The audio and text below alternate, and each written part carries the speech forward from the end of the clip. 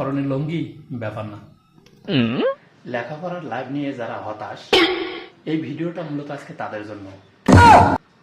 আজকে 26শে ডিসেম্বর, না থোক 26শে মার্চ, মহান কি বিজয় দিবস, না না, মহান স্বাধীনতা দিবস। মহান স্বাধীনতা দিবস হওয়ার পরেও আমরা এখন কাজে করতেছি। তা কি কাজ?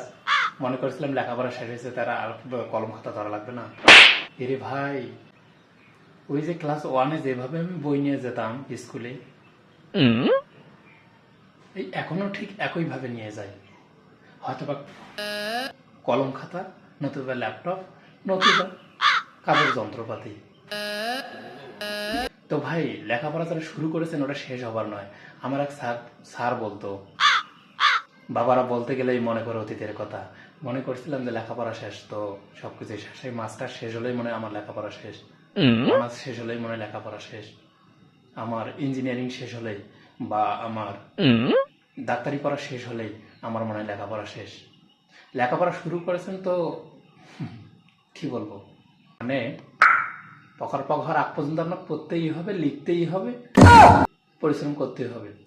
পরনে লুঙ্গি ব্যাপার না।